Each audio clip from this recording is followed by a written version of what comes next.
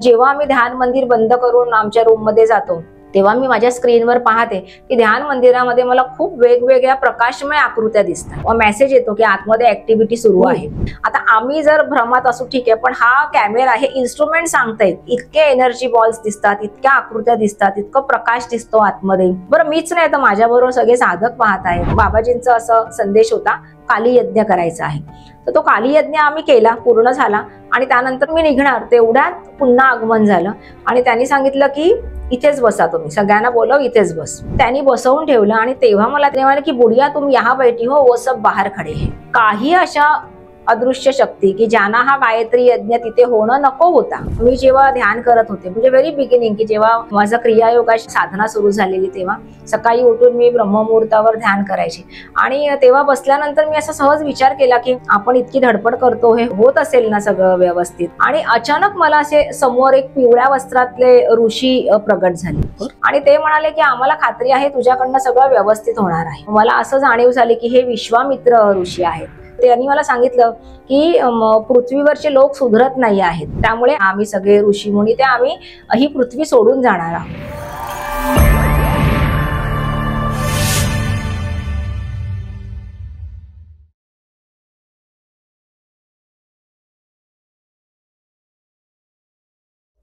आयुष्य कोणाचंही बदलू शकतं क्रियायोगानं? हो अगदी। तसे काही चमत्कार आहेत का तुमच्या आयुष्याशी सोडून निगडीत? म्हणजे भरपूर। आता मी इतक्या वर्षात इतक्या साधकांना पाहते की किती लोकांची व्यसनं सुटलेली आहेत, आजारपण बरी झालेली आहेत, पूर्णपणे कायाकल्प व्हावा तसं माणूस अंतर्बाह्य बदललेले मी पाहिलेले आहेत। आणि ही कृपाच आहे की आपल्याला इतकी प्रगत साधना मिळावी, कारण की क्रियायोगासारखी प्रगत साधना दुसरी कोणतीच नाही आहे। असं म्हणतात की विश्वातली संपूर्ण प्रगत साधना कोणती असेल तर क्रियायोग आहे, कारण की अतिशय कमी वेळामध्ये साधक प्रगती करू शकतो, प्रगती आपल्या जीवनात उत्क्रांती आणू शकतो। म्हणजे अगदी 3 ते 3.5 4 मिनिटांची साधना आहे ती, आणि तेवढे करून जे काही पुढे तुम्ही ध्यान कराल ती 20-25 मिनिटं ती ध्यानाची, एवढा वेळ दिल्यानंतर जर का तुमचं आयुष्य बदलत असेल तर किती वेगळी गोष्ट आहे। आणि का ती इतकी प्रगत आहे तर आपण क्रियायोगामध्ये प्रत्येक श्वासासोबत प्रत्येक चक्रांचं भेदन करत आपल्या चेतनेला मस्तिष्कापर्यंत घेऊन जातो आणि मस्तिष्कावरनं पुन्हा तिला खाली आणून स्थिर करतो जिथे तिची मूलाधाराकडे जागा आहे। ही प्रक्रिया फक्त क्रियायोगात होते, बाकी कोणत्याही योगात होत नाही। आणि म्हणून हा योग इतका प्रगत मानला जातो आणि प्रगत आहे, कारण की जेव्हा असं होतं तेव्हा तुमचे विचार करण्याची प्रक्रिया बदलते, दृष्टिकोन बदलतात, सामंजस्य वाढतं माणसांमधलं आणि इतका एक सरळ विचार करण्याची पद्धती माणसाकडे येते, सरळ स्वभाव बनतो। बरं कॉन्फिडन्स खूप वाढतो, चेहऱ्यावरचं नूर आहे ते वाढतो, एक वेगळाच कॉन्फिडन्स चेहऱ्यावर दिसतो, वागण्यात दिसतो, काम करण्याची पद्धतीमध्ये दिसतो। म्हणजे एका वेळेस आपण जास्त कामं करू शकतो, एका वेळेस 4 कामं करू शकतो, ती न चुका करता इफिशियंटली ती कामं होतात। तर हे सगळे बदल दिसतात, त्यामुळे साहजिक आहे की घरी वातावरण बदलतं, ऑफिसमध्ये वातावरण बदलतं, मित्रमंडळींमध्ये आपण लाडके होऊन जातो आणि असा सगळा बदल घडला की प्रत्येकाला वाटतं की माझं आयुष्य बदललं आहे आणि ते क्रेडिट जातं क्रियायोगाला। आणि क्रियायोग आपल्याला मिळाला तो महाअवतार बाबाजींमुळे। जर त्यांनी हा योग आपल्याला सरळ सोपा करून गृहस्थांसाठी नसता आणला तर आपल्याला हा दिव्य योग हा मिळालाच नसता। त्यामुळे महाअवतार बाबाजींचे समस्त विश्वावर आणि मानव जातीवर फार मोठे उपकार आहेत। त्याच्यासाठी विशेष काही करावं लागतं का? म्हणजे समजा खाणं असेल, शाकाहारी, मांसाहारी? काही नाही करावं लागत, काही करावं लागत नाही। तुम्ही आहात तसे क्रियायोग तुम्हाला स्वीकारतो। फक्त आपल्याकडे तो प्रामाणिकपणा असला पाहिजे की मी क्रियायोगाची साधना नियमितपणे करेन, मी त्याच्यात लबाडी करणार नाही, जी काही मला 2 वेळची साधना करायची आहे तो मी अर्धा तास देईन आणि बाकी माझं आयुष्य जे आहे ते प्रामाणिकपणे जगेन, एवढंच करायचं आहे। बाकी तुम्हाला क्रियायोग त्याच्या पद्धतीने जे द्यायचं ते देत राहतो। हे किती दिवस करावं लागतं क्रियायोग? एकदा तुम्हाला दीक्षा मिळाली की तुम्ही ते नेहमीच तुमच्या एक तो रोजच्या जीवनशैलीचा भागच बनून जातो आणि तितका वेळ आपण दिवसभरात बराच वेळ वाया घालवत असतो, त्यातला तो सगळा वेळ वाचवून आपल्याला 20 मिनिटं तिथे द्यायची असतात। हिमालयाकडे जाणं हे बऱ्याच जणांचं स्वप्न असतं आध्यात्मिक लेवलला, तुम्ही तिथं जागा घेतली, त्याचा पण एक वेगळा चमत्कार आहे काहीतरी? हो, म्हणजे जागा घेतली म्हणजे मला त्यावेळेस म्हणजे एकच त्याच्या आधी माझी रुद्रधामची म्हणजे आमची भंडारदऱ्याची जागा घेऊन झाली, तीही चमत्कार होता, कारण की कालभैरव बाबांनी सांगितलं की शिव कार्यासाठी जागा घे। तेव्हा मला असं वाटलं की थोडीशी जागा घ्यायची असेल, काही गुंठे वगैरे, पण त्यांनी लगेच सांगितलं मला की 11 एकर तरी कमीत कमी हवी आहे.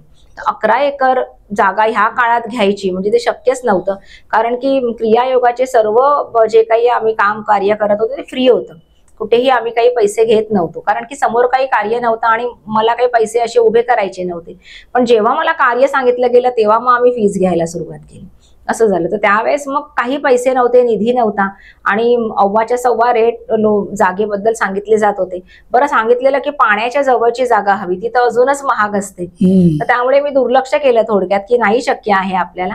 पण एक अपरिचित व्यक्ती आली आमच्या साधकांचीच मार्फत आणि त्यांनी सांगितलं की गुरुमाईने एक जागा दाखवायची आहे, जर का ती त्यांना आवडली तर त्या विचार करतील. मग मी म्हटलं ठीक आहे, बघायला काय हरकत नाही. म्हणून आम्ही जाऊन जागा पाहिली. प्रथम दर्शनीच ती जागा मला इतकी आवडली की पाण्याच्या मधोमध आहे, चहूबाजूने पर्वतरांगा म्हणजे डोंगर आहेत, संपूर्ण जलाशय आहे, जो डॅमचा जो बॅकवॉटर आहे तो सगळा आहे आणि मधोमध टापूसारखी जागा आहे. एका बाजूनेच रस्ता बनवू शकतो असा आहे, कारण आम्ही त्यावेळेस बोटीने जायचो. नंतर मग रस्ता बनला, मग आता आम्ही रस्त्याने जातो. तर त्यामुळे मला ती आवडली आणि जे काही व्यवहार बोलणी केल्यानंतर असं वाटलं की आपल्याला शक्य आहे आणि त्यानंतर मी तर व्यवहाराला तयार झाले आणि ती जागा घेऊन झाली. आणि आता तिथे एक मंदिर उभं झालेलं आहे, पण भविष्यात तिथे खूप मोठं रुद्रधाम मला सांगितलेलं आहे. हो, म्हणजे खूप मोठं शिव मंदिर असणार आहे, खूप मोठं योनी मंदिर असणार आहे आणि म्हणजे फार वेगळं स्थान ते निर्माण होणार आहे. त्यांनी असं सांगितलं की तू असा विचार कर की तू भिंती बांधत नाहीयेस, तर तू लोकांच्या मनातल्या भिंती पाडत आहेस. त्यामुळे हे स्थळ असं बनेल की जिथे सर्व जाती धर्माचे लोक, सर्व संप्रदायाचे लोक एकत्र येऊन साधना करतील, असं ते ठिकाण बनणार आहे, असं त्यांनी सांगितलं. त्यानंतर मला लगेच काही महिन्याने आदेश आले की हिमालयामध्ये तुला एक आश्रम बनवायचा आहे. आणि ते तर मला अजूनच कठीण वाटलं, कारण की आपण मुंबईकर आणि कुठे हिमालय आणि कसं शक्य आहे ते. पण त्यांनी सांगितले तर काहीतरी असेल. आणि मला बाबा म्हणाले की जाओ टहलो, म्हणजे असं सांगितलं की शाम को जाओ टहलो, तुम्हारी कोई राह देख रहा है. आणि आम्ही गुफेकडनं म्हणजे गुफेचं दर्शन करून निघालो आणि माझ्यासोबत तिथले काही डॉग्स माझ्या सोबत असतात, कुत्रे. तर तसाच एक शेरू नावाचा कुत्रा जो माझ्यावर कायम असायचा, मी तिथे गेली का तो माझ्यासोबत. आणि मी कसं केलं की त्यांच्याशी माणसांसारखं बोलते, म्हणजे मला असं वाटतं की ह्यांना सगळं कळतं आपण बोललेलं. तर मी त्याला सांगत होते की अरे बघ ना, इथे जागा घ्यायची आहे, कसं घेणार, कोण इथे विकणार जागा, कसं काय, आपण कोणाला विचारायचं नक्की. आणि तो असा ना पळायला लागला अचानक, आणि तो पळत पळत ना मी पण त्याच्या मागे धावले की हा कुठे जातोय. एका जागी जाऊन तो थांबला आणि थांबल्यानंतर मी म्हटलं अरे इथे काय, इथे का तू आलास. तर मी बघितलं की एक छोटीशी टपरी होती पत्र्याची आणि आतमध्ये एक माणूस ना काहीतरी करत होता. तर मी असं गेले पुढे आणि नॉर्मली अशीच दुकानं त्या काळात तिथे असायची. तर मी विचारलं भैया चाय मिलेगी, तर ते अगदी आनंदाने म्हणाले हा हा क्यों नाही माताजी, बैठिये बैठिये. आणि मी त्यांना विचारलं, म्हटलं इथे कोणी जागा विकणार आहे का. तो बोले आपको चाहिए, आश्रम के लिए चाहिए. त्यांनी मला ते हर्बल टीचा ग्लास दिला आणि ते पळाले घरी. त्यांचं घर असं वरतीच होतं आणि त्यांनी पेपर्स घेऊन आले, त्यांची फाईल आणि त्यांची जागा होती, सगळं टायटल क्लिअर, सगळं व्यवस्थित. म्हणाले ही माझी जागा आहे आणि मला ही आश्रमालाच द्यायची आहे. मी तर म्हणजे वाट बघतोय की असं काही कोणी येईल का. आणि बाबा म्हणाले होते की तुम्हारी कोई राह देख रहा है. आणि खरंच ते माझी म्हणजे ते वाट बघत होते. आणि अवघ्या 2 दिवसात मी त्यांना MOU केला आणि आमचं व्यवहार नक्की केला. त्यानंतर मग पुढच्या काही महिन्यात तो व्यवहार पूर्णही झाला. आणि मग 2022ला आम्ही तिथे बांधकामाचा विचार केला, कारण की बाबाजींचं सारखं मला संदेश होता की जल्द से जल्द काम सुरू करो, तुम्हारे आश्रम की वहां बहुत जरूरत आहे. त्या दरम्यान शंकर महाराजांचं पण दर्शन झालं. तेही म्हणाले की लवकर कर, इथे गरज आहे फार, लोक भटकतायत असं म्हणाले. तर मी म्हटलं की हो बाबा करणार नक्की. तर म्हणाले की तुला किती आवश्यकता आहे. म्हटलं माहित नाही, पण म्हटलं खूप पैसे लागतील. तर मी येतील म्हणाले, मी येतील तुला, तू काम सुरू कर. आणि त्यांच्या शब्दावर मी जे काही माझ्याकडे थोडीशी जे काही डिपॉझिट्स होते त्याच्यावर मी सुरुवात केली आणि एक टप्पा पूर्ण झाला. म्हणजे मला खरंच आश्चर्य वाटतं की ह्या कशा काय घटना घडतात की पैसे येत गेले आणि ते काम होत गेलं आणि आज एक टप्पा पूर्ण होऊन ध्यान मंदिर झालंय, डॉर्मेटरीज झाल्यात 2, तिथे किचन कॅन्टीन झालेलं आहे, माझी राहण्याची व्यवस्था झालेली आहे, असं सगळं झालंय. आणि अजून बरीचशी जागा आहे ज्या ठिकाणी आपण आता पुढे करणार आहोत की काही रूम्स बनणार आहेत. त्यानंतर मोठं ध्यान मंदिर बनणार आहे की जिथे 116 लोक एकत्र बसून ध्यान साधना करू शकतील. असं मोठं ध्यान मंदिर बनेल. शिव मंदिर आणि काली मंदिर बनणार आहे आणि ही मंदिरं वेगळी आहेत, त्यांचं बांधकाम वेगळं सांगितलंय, ती जमिनीच्या आतमध्ये असणार आहेत अशी मंदिरं सांगितली गेली, कारण की तिकडे बर्फ पडतो. बरोबर. त्या भागात खूप थंडी असते, तर त्यामुळे साधना करणाऱ्यांसाठी त्याचा उपयोग होईल. तर तशी ती बांधकाम आणि वेगळं सगळं सांगितलं गेले. तर ते येत्या काही काळामध्ये जसा निधी उभा राहील तसं ते काम होईल आणि मला खात्री आहे की नक्की होईल ते काम. पण आजही आम्ही तिथे खूप वेगळे अनुभव घेतो. म्हणजे ध्यान मंदिर आणि सगळे सीसीटीव्ही कॅमेरा आम्ही लावलेले आहेत. तर जेव्हा आम्ही ध्यान मंदिर बंद करून आमच्या रूम मध्ये जातो तेव्हा मी माझ्या स्क्रीनवर पाहते की ध्यान मंदिरामध्ये मला खूप वेगवेगळ्या प्रकाशमय आकृत्या दिसतात. आतमध्ये असं वाटतं की खूप जण आहेत. बरं, एवढंच नाही तर त्याच्यावर असा तो मेसेज येतो की आतमध्ये ऍक्टिव्हिटी सुरू आहे. म्हणजे त्याच्यावरचे सिम्बॉल्स येतात की असं धावतोय माणूस आणि म्हणजे आतमध्ये ऍक्टिव्हिटी सुरू आहे.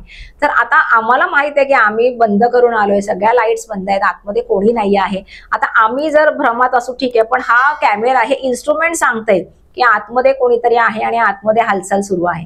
बरं, माझ्या दरवाजामध्ये नेहमीच मला तो सिम्बॉल दिसतो दारातल्या कॅमेऱ्यामध्ये की इथे कोणीतरी आहे आणि कधी कधी जाणवतं की दाराच्या बाहेर एक वेगळीच ऊर्जा आहे. बरं, ती ऊर्जे हेही कळतं की ती खूप पॉझिटिव्ह एनर्जी आहे आणि आपल्याला प्रोटेक्ट करण्यासाठी, आपल्या संरक्षणासाठी आहे, हेही जाणवतं. पण हे अनुभव फार वेगळे असतात. म्हणजे आम्ही ते सीसीटीव्ही मध्ये बघतो ना, तर 2-2 वाजेपर्यंत बघत असतो की इतके एनर्जी बॉल्स दिसतात, इतक्या आकृत्या दिसतात, इतकं प्रकाश दिसतो आतमध्ये आणि असं वाटतं की कसं शक्य आहे, आपण हे सगळं कसं पाहू शकतोय. बरं, मीच नाही तर माझ्याबरोबर सगळे साधक पाहत आहेत. तो इन्स्ट्रुमेंट कॅमेरा पण आपल्याला दाखवतोय की आतमध्ये हालचाल चालली आहे म्हणून. असं खूप आश्चर्यकारक वाटतं. आपल्या धर्मग्रंथात अशी मान्यता आहे की सप्त ऋषी जिवंत आहेत, बरोबर? आता तुम्ही जर सांगताय की महाअवतार बाबा जे आहेत, शंकर महाराज आहेत, हे येऊन भेटतात, मग त्यांना कशामध्ये गणती करायची? म्हणजे सप्तऋषींमध्ये नाही, सप्तऋषी तर आपले वेगळेच आहेत, पण ह्या सगळ्या विभूती आहेत, हे सगळं गुरुतत्व आहे. त्यामुळे ह्यांनी जरी देह सोडलेला असला, म्हणजे महाअवतार बाबाजीचा देह तर आहेच आजही, पण बाकीच्या विभूतींनी जरी देह सोडलेला असला तरीही त्यांचं अस्तित्व आहे. म्हणजे जसं मी म्हटलं की ह्या सगळ्या माऊली आहेत की ज्या आपल्याला सोडत नाहीत, आपल्या कल्याणासाठी कायम झटत असतात. त्यामुळे देह असतानाही ते आपल्यासाठी प्रयत्न करत होते आणि आजही ते आपल्या कल्याणासाठी झटत आहेत. म्हणजे त्यांनी देह सोडला पण त्यांचं कार्य नाही संपलेलं. बाबाजींचा देह आहे असं म्हणाल तुम्ही, तर तो काय अर्थानं कसं? म्हणजे त्यांनी ती अशी शपथ घेतली होती की ह्या युगाच्या अंतापर्यंत मी देह टिकवेन आणि ह्या जगामध्ये वावर करून, म्हणजे देह घेऊन वावरेन आणि कार्य करेन. तर त्यामुळे त्यांचा देह आजही आहे असं मानला जातो. पण ते इतके प्रगत आहेत, इतके म्हणजे त्यांचं जे काही डिवाइन पॉवर्स इतक्या वरच्या लेवलच्या आहेत की त्यांना देह घेऊन फिरायची गरज नाही लागत. त्यांचं जे काही सुप्त देह आहे किंवा त्यांचं जे सूक्ष्म देह आहे ते घेऊन ते वावरतात आणि आपल्याला दर्शन देतात किंवा संपूर्ण सृष्टीचं कार्य पाहत आहेत. तर ते त्यांना तसं आहेत ते. बरोबर. गुरुमाई, खूप आधीपासून आपल्याकडे यज्ञ केले जायचे आणि अलीकडच्या काही काळात ते यज्ञ फार कमी प्रमाणात झाले, कारण त्यावेळी असं म्हणलं जायचं की त्यावेळीची ती मागणी होती त्या काळाची की यज्ञ जे काही साध्य करायचं यज्ञातनं साध्य करायचं. आजही यज्ञ केला जातो किंवा त्याचा फायदा होतो? हो, अगदी. म्हणजे आपल्या ऋषी मुनींनी सगळ्यांनी यज्ञांचीच महत्वपूर्ण साधना केलेली आहे आणि त्या यज्ञाच्या आधारेच सगळ्या गोष्टी साध्य केलेल्या आहेत. तर तशीच आजही काळाची गरज आहे की हे यज्ञ व्हावे. म्हणजे काही लोकांना असं वाटतं की यज्ञ करणं हा वेळेचा अपव्यय आहे किंवा ह्या सगळ्या सामग्रीचा अपव्यय आहे की इतकं तूप वाहिलं जातं किंवा इतकं ह्या वस्तू सगळ्या यज्ञात टाकल्या जातात, तर तो अपव्यय आहे असं त्यांना वाटतं. पण खरं म्हटलं तर ह्या सगळ्याचा अपव्यय बिलकुल नाही. तर जेव्हा आपण यज्ञ करतो तेव्हा जी ऊर्जा निर्माण होते ती ऊर्जा संपूर्ण वातावरणाची शुद्धी करते आणि त्या ऊर्जेमध्ये इतकी ताकद असते की संपूर्ण निगेटिव्हिटी बाजूला करू शकते. म्हणजे कोविडच्या दिवसांमध्ये तर घरोघरी मी यज्ञ करायला सांगितलेले आणि घरोघरी यज्ञ झाल्यामुळे आणि क्रियायोगाच्या साधनेमुळे सगळे साधक सुरक्षित होते. काशी असो, मुंबई असो, नाशिक, पुणे, ठाणे किंवा अगदी परदेशातले साधक सगळे सुरक्षित होते. कोणालाही कोविडची लागण झालेली नाही, इतके सुरक्षित होते. आणि यज्ञाची आज इतकी गरज आहे की म्हणजे माझा एक यज्ञाचा एक अनुभव सांगायचा झाला तर जेव्हा मला पहिल्यांदा, म्हणजे आम्ही यज्ञ करत होतो पण गायत्री यज्ञाबद्दल जेव्हा मला पहिल्यांदा सूचना आल्या की गायत्री यज्ञ करायचा आहे. तर तेव्हा मला सांगितलं गेलं की त्याची एक विशिष्ट मला सामग्री सांगितली गेली आणि त्या बेलाच्या काड्या सांगितल्या गेल्या. बेलाच्या काड्या आपल्याला हिमालयात उपलब्ध होत नाहीत, त्या इथेच होतात, म्हणून आम्हाला त्या इथून न्याव्या लागल्या. म्हणजे जवळजवळ 45 किलो बेलाच्या काड्या आम्ही इथून विमानाने घेऊन गेलो. आणि तिथे गेल्यानंतर आम्हाला माहित होतं की यज्ञ खूप मोठा आहे, 108 माळा करायच्या, म्हणजे त्याला बराच वेळ लागणार आहे. तरीही मला कालभैरव बाबांनी सांगितलेलं की किती तुला वेळ लागेल, 1 दिवस पुरेल का? तर मी तेव्हाच सांगितलं की नाही, मला 2 दिवस लागतील. तर ते म्हणाले की ठीक आहे. आणि तो 1 दिवस आम्ही जो उद्या यज्ञ सुरू करणार, तर आजची रात्र आम्हाला बाबाजींचा असा संदेश होता, म्हणजे आगमन होऊन त्यांनी संदेश दिला की काली यज्ञ करायचा आहे. तर तो काली यज्ञ आम्ही केला, पूर्ण झाला. आणि त्यानंतर मला असं वाटलं की चला आता आपण झोपूया, कारण की आदली रात्र आम्ही प्रवास केलेला विमानाने, त्यामुळे झोप नव्हती. तर आजची रात्र आता 12:30 होऊन गेले, तर आता आपण झोपूया, म्हणजे सकाळी पुन्हा, कारण की तिकडे सूर्योदय ते सूर्यास्त यज्ञ करायचा, गायत्रीचं सूर्योदय तर 5लाच होतं, त्यामुळे सकाळी पुन्हा आपल्याला बसायचं आहे. असं करून मी निघणार, तेवढ्यात पुन्हा आगमन झालं आणि त्यांनी सांगितलं की इथेच बसा, तुम्ही सगळ्यांना बोलव, इथेच बस. कारण सगळे निघून गेलेले झालं, म्हणून मी एकटे सगळं आवरून निघत होते. इथेच बसा सांगितलं. तेव्हा असं मला मनातनं वाटत होतं की का नाही यायला कळत की आपल्याला आराम हवा आहे, मला सकाळी परत 5 वाजता बसायचं आहे, तर मला झोपायला हवं थोडं. पण त्यांनी बसवून ठेवलं आणि तेव्हा मला ते म्हणाले की बुढ़िया, ते मला बुढ़िया म्हणतात बाबा, तर ते म्हणाले की बुढ़िया तुम यहाँ बैठी हो, वो सब बाहर खडे है, असं म्हणाले.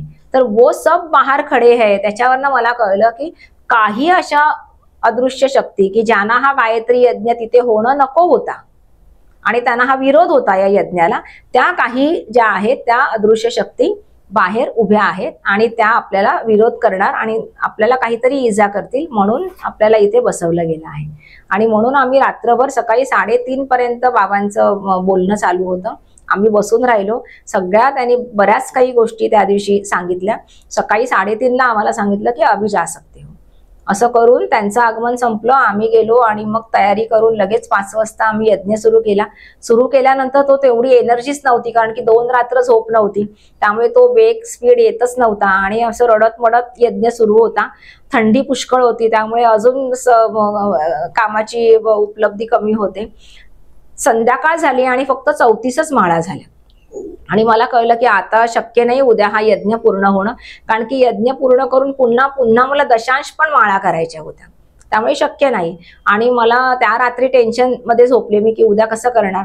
सकाळी पुन्हा दुसऱ्या दिवशी 5 वाजताच बसलो. त्यावेळेस आम्ही 64 योगिनींचं स्थान मांडलेलं होतं, त्यामुळे त्यांची पूजा करावी लागायची. ती पूजा आवरून मग मला यज्ञाला बसायचं, त्यात 1 तास निघून जायचा. तसं दुसऱ्या दिवशी बसले. भयानक प्रयत्न सुरू होते आमचे की तो यज्ञ पूर्ण व्हावा, पण झाला नाही. संध्याकाळी सूर्यास्त झाला आणि माझ्या फक्त 74च माळा झाल्या. आणि मग मला असं टेन्शन आलं की आपण शब्द दिलेला की 2 दिवसात होईल आणि आपलं झालेला नाही आहे. आणि मला माहिती होतं की आज आपल्याला ओरडा पडणार. आम्ही साधनेला बसलो तेव्हा आगमन झालं. मला पहिलं विचारलं गेलं की तू शब्द दिलेलास, पूर्ण नाही झाला. तर म्हटलं हो, पण मी प्रयत्न करत होते, पण मी नाही झाला, उद्या मी नक्की करते. मग मला वेळ दिली गेली की 12च्या अगोदर ते सगळं झालं पाहिजे. मग माझी पुन्हा 3ऱ्या दिवशी लढाई सुरू. 3ऱ्या दिवशी पुन्हा मी बसले. सकाळपासून इतक्या वेगाने गायत्री मंत्र ना कोणी म्हटला नसेल, तेवढ्या वेगाने मी तो गायत्री मंत्र म्हणत होते. असं वाटायचं की दाताखाली जीभ येणार आपली, इतकं. आणि आम्ही ते स्वहा स्वहा, बरं ती काट्या असायच्या त्या, म्हणजे त्या ह्याला खूप काटे असतात बेलाच्या संविधाना, त्यामुळे त्या काट्या रुपायच्या. ते टाकताना खूप हे व्हायचं, हात धरायचा, कारण सतत ते असं आणि तरीही होत नाहीये. पण खूप टेन्शन मध्ये मी ते अगदी 11:15 झाले आणि माझं शेवटची आहुती पडली. मला असं वाटलं की जग जिंकलं, चला बाबा झालं आपलं. मी उठले आणि आम्ही तो नैवेद्य सांगितलेला, गाईला नैवेद्य द्यायचं पान आणि मग तू काय ते भोजन कर. आता गाय तिथे कुठे शोधणार. म्हणजे मला असं वाटलं की हिमालयात मी कधी गाय, म्हणजे बकऱ्या वगैरे दिसतात, गायी नाही मला सहसा दिसलेल्या. पण आश्चर्य की जिथे आम्ही थांबलो होतो त्या गेस्ट हाऊस त्यांचीच गाय होती एक पाळलेली.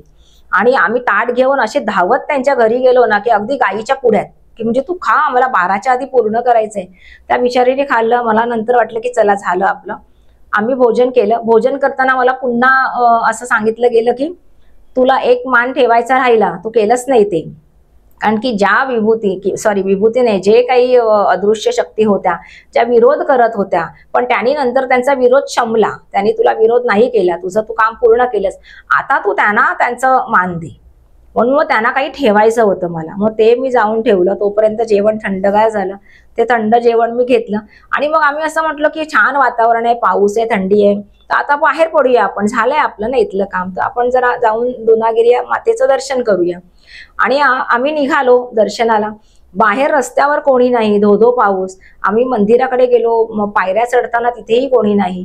नंतर आम्ही मंदिरात वरती गेलो तर तिथे लंगर बंद, त्यानंतर सगळी दुकानं बंद, त्यानंतर देऊळ बंद. मी म्हटलं असं तर कधीच होत नाही, म्हटलं असं कसं काय, ह्याच्यापेक्षाही पावसात मी आलेली आहे.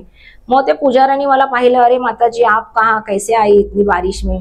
त्यांनी मंदिर उघडलं, आमचं दर्शन वगैरे झालं. मला असं वाटलं की चला छान आपलं हेही झालं.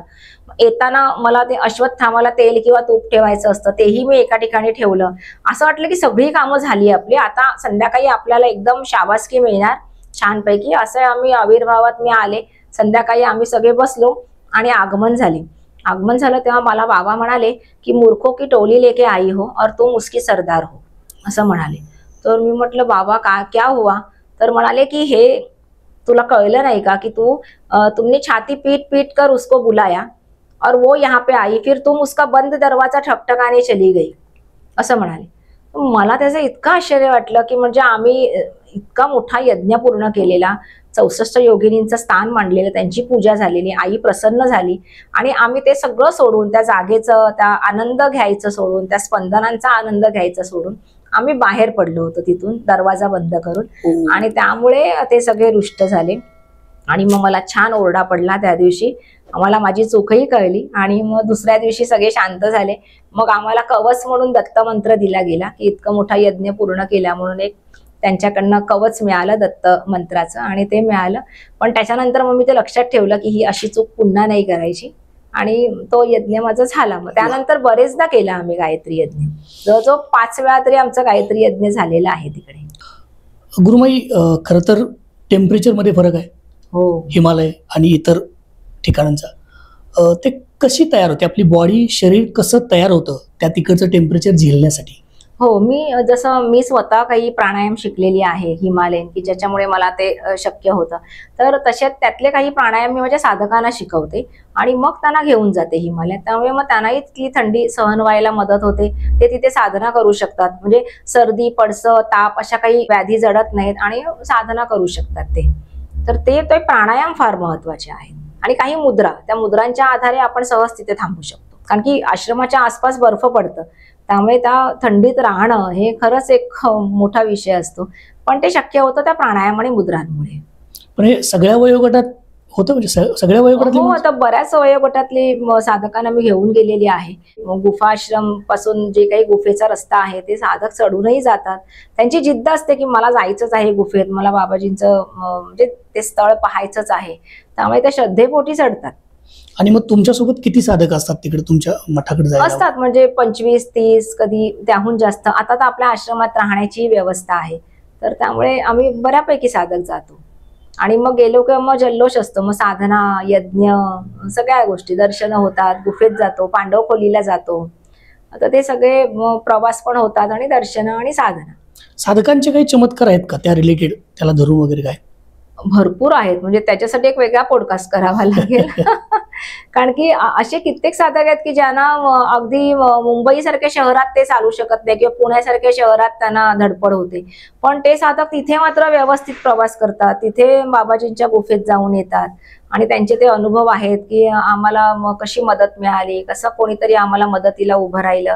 आपले साधक तर असतातच, पण कधी ते एकटे पडतात, थोडेसे मागे राहतात किंवा कधी कुठे मध्येच थांबतात, मागे पुढे साधक नसतात, तर तेव्हाही त्यांना कशी मदत मिळते चमत्कारिक पद्धतीने. तर ह्याचंही एक खूप कुतूहल असतं सगळ्यांना आणि ते सांगतात की आम्हाला मदत मिळाली. म्हणजे असं वाटतं की बाबाजी सांभाळूनच नेतात सगळ्यांना, त्यांचं लक्ष असतंच प्रत्येकाकडे आणि म्हणूनच आपण पोहोचू शकतो तिथपर्यंत. वा, छान. आता तुमच्या पुस्तकाबद्दल थोडी चर्चा करूया. पुस्तकात अनेक वेगवेगळे अनुभव तुम्ही लिहिलेत, ते अनुभव काय होते, कसे होते, ते काय चमत्कार आहेत? चमत्कार तर बरेच आहेत, म्हणजे हे दर्शनांचे, कार्याचे. मला कसे वेगवेगळे कार्य, मला कसा विरोधही झालेला आहे. बरं. आणि त्या विरोधातून पण मग कशा प्रकारे म्हणतात ना की खरं असतं ते नेहमीच जिंकतं आणि टिकतं, तर तसं झालेलं आहे. आणि विरोध कुणाकडून झाला होता काय?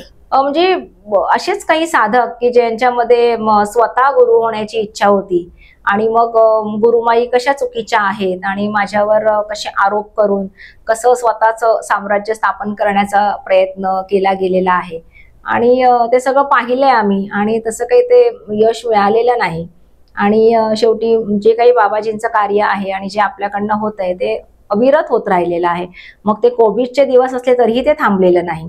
त्या दिवसांमध्ये सुद्धा कार्य अविरत सुरू होतं. म्हणजे ऑनलाईन सगळ्या बॅचेस होत होत्या, ऑनलाईन लोकांशी संपर्क राहिलेला. आणि त्या काळामध्ये ऑफिस माझं थोडं दूर होतं घरापासून.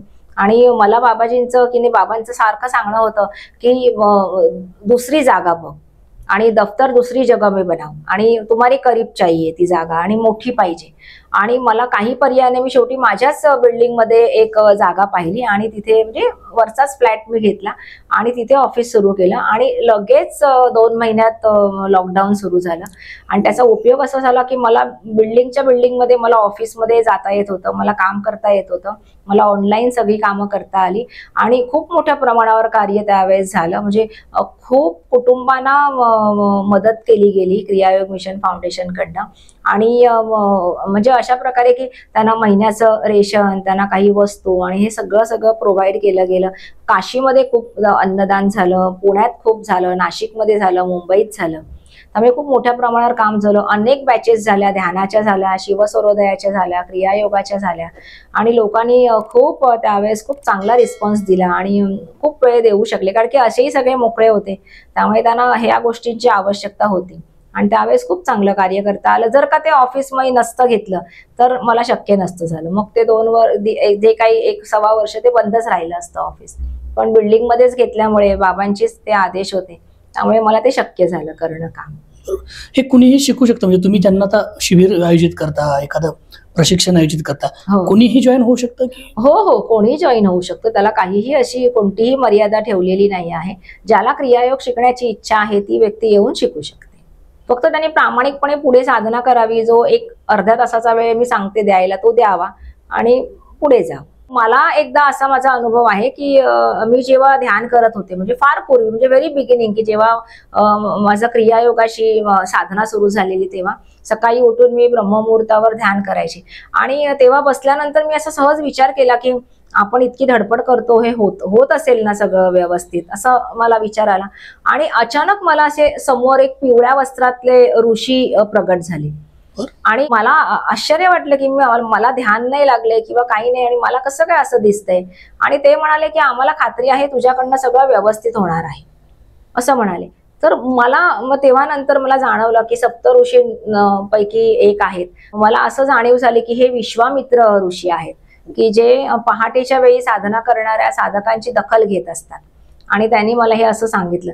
त्यामुळे खूप मोठ्या प्रमाणावर त्यांचं कार्य सुरू आहे. असंच एकदा-दोनदा मला ते संदेश मिळाले होते.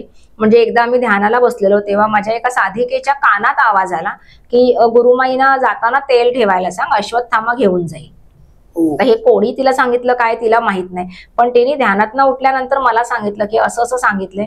तर आम्ही ज्या ठिकाणी साधना करत होतो ती धुनीची जागा होती, सारवलेली जागा होती.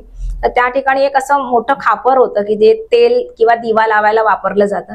तर तेच मी घेतलं आणि त्याच्यामध्ये भरून तेल ठेवलं आणि आम्ही निघून गेलो. मला असं वाटलेलं की कशा प्रकारे हे तेल घेत असतील, म्हणजे काय असेल, कसं ते जात असेल. सकाळी 5 वाजता जेव्हा मंदिर उघडलं तेव्हा मागच्या बाजूला धुनी होती. तर मी धावत पहिलं धुनीकडे गेले बघायला. तर ते तेल अर्ध संपलेलं होतं आणि खाली कुठेही तेलाचा काही थेंब पडलेले किंवा काही नव्हतं. म्हणजे जर जिरलं असेल तरीही तसं काही दिसत नव्हतं. व्यवस्थितपणे ते तेल संपलेलं आहे असं दिसलेलं. आणि मग त्याच्यानंतर मग मी ते ठेवायला सुरुवात केली. मला असं जाणवलं की त्यांना गरज आहे तर आपण ते ठेवावं. आणि मग ठेवते. नंतर बाबाही मला म्हणाले की तुम रखा करो वो लेता होगा असं. तर त्यामुळे आम्ही ते ठेवतो.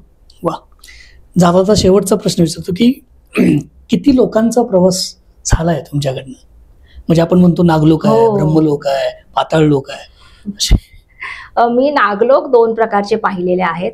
एक पाताळ लोक पाहिलेला आहे आणि एक मी अशी नगरी, एक असं वेगळं जग पाहिलंय, म्हणजे ते दोनदा खरं तर पाहिलंय मी. की एकदा मला ध्यानामध्ये हेडाखान बाबा दिसले, की जे हेडाखान बाबांचा आश्रम उत्तराखंडात आहे आणि असं मानलं जातं की त्यांच्यामधून बाबाजींचं कार्य होत होतं, म्हणजे त्या देहाचा वापर, म्हणजे त्या देहाच्या आधारे बाबाजींनी कार्य केलेलं आहे असं म्हटलं जातं. तर ते मला दिसले आणि ते मला म्हणाले की आज मी तुला एका ठिकाणी नेतो, तिथे ते आशीर्वाद घे. आणि ते मला घेऊन गेले आणि ज्या ठिकाणी गेले त्या ठिकाणी असे सगळे ऋषी मुनी भरपूर बसले होते आणि ती कोणती जागा असेल माहित नाही, पण ती कोणती तरी हिमालयातलीच जागा असावी असं मला त्यावेळेस वाटलं. आणि सगळे ध्यानस्थ होते आणि मला त्यांनी सांगितलं की इन सबसे आशीर्वाद ले लो. तर मी म्हटलं की कसा आशीर्वाद घेणार, सगळे ध्यानस्थ आहेत. तर ते म्हणाले की तुझं काम आहे नमस्कार करणं, त्यांचं काम आहे आशीर्वाद देणं, तू नमस्कार कर. आणि मी नमस्कार केला. तर एकाच वेळी सगळ्यांनी डोळे उघडून मला आशीर्वाद दिला.